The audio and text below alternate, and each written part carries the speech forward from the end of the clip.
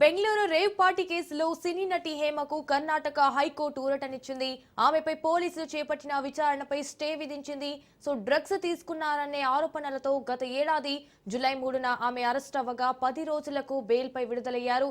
కాగా తనపై నమోదైన కేసులను కొట్టివేయాలని హేమ కోర్టును ఆశ్రయించగా మధ్యంతర ఉత్తర్వులు ఇచ్చింది.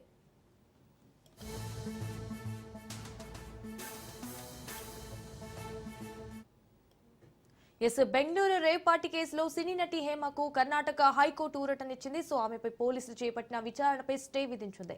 ఇటు డ్రగ్స్ తీసుకున్నారనే ఆరోపణలతో గత ఏడాది జూలై 3న ఆమె అరెస్ట్ అవ్వగా 10 రోజులకు బెయిల్పై విడుదలయ్యారు. కాగా తనపై నమోదైన కేసులను కొట్టివేయాలని హేమ కోర్టును ఆశ్రయించగా మధ్యంతర ఉత్తర్వులు ఇచ్చింది.